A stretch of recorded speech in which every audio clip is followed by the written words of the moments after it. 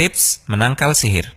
Allah Subhanahu wa Ta'ala mensyariatkan untuk hamba-hambanya perkara yang dapat melindungi mereka dari gangguan syaitan dan sihir. Di antara perkara-perkara tersebut adalah, pertama, merealisasikan tauhid yang murni hanya untuk Allah Subhanahu wa Ta'ala, yaitu dengan menerapkan atau mengamalkan 3 macam tauhid, yaitu rububiyah, uluhiyah, dan asma' wa sifat.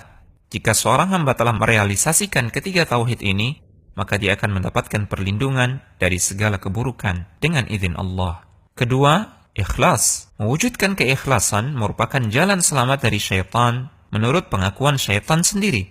Sebagaimana firman Allah ketika menceritakan ucapan syaitan di dalam Al-Quran yang artinya, Ya Rabbku, karena engkau telah memutuskan aku sesat, maka pasti aku akan menjadikan mereka memandang baik perbuatan maksiat di muka bumi. Dan pasti aku akan menyesatkan mereka semua, kecuali hamba-hambamu yang ikhlas di antara mereka.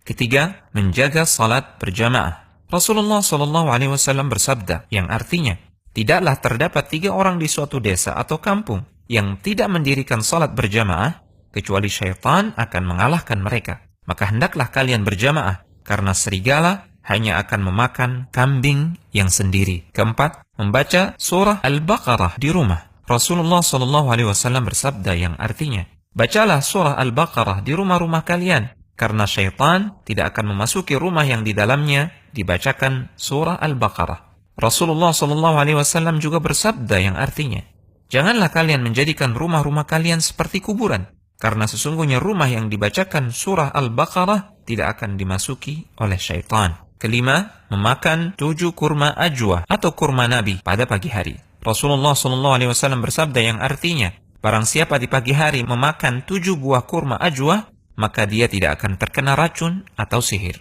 Keenam, berdoa dan berlindung kepada Allah Subhanahu wa Ta'ala dari kejahatan tukang sihir. Allah Subhanahu wa Ta'ala berfirman yang artinya, dan aku berlindung dari kejahatan perempuan-perempuan penyihir yang meniup pada buhul-buhul. Ketujuh, memperbanyak zikir kepada Allah Subhanahu wa Ta'ala. Di antaranya adalah dengan membaca La ilaha illallah wahdahu la syarikalah, lahul mulku wa lahul hamd, yuhyi wa yumit, wa huwa ala kulli syai'in qadir. Dibaca sebanyak 10 kali. Barang siapa yang mengamalkannya, maka akan ditulis baginya 10 kebaikan, dihapus darinya 10 keburukan, diangkat untuknya 10 derajat, dan pada hari itu, dia dilindungi dari segala yang tidak baik, serta mendapatkan penjagaan dari gangguan syaitan. Kedelapan, membaca doa-doa yang diajarkan oleh Rasulullah SAW.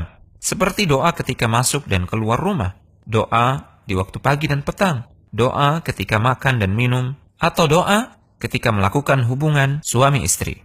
9. Berpegang teguh pada Al-Quran dan As-Sunnah. Allah Subhanahu wa Ta'ala berfirman yang artinya, dan bahwa yang kami perintahkan ini adalah jalanku yang lurus, maka ikutilah ia, dan janganlah kamu mengikuti jalan-jalan yang lain, karena jalan-jalan itu mencerai beraikan kamu dari jalannya. Yang demikian itu diperintahkan Allah kepadamu, agar kamu bertakwa.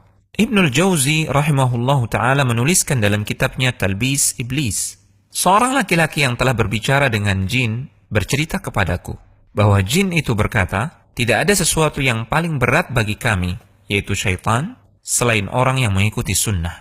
Adapun terhadap para pengikut hawa nafsu, kami amat mudah mempermainkan mereka.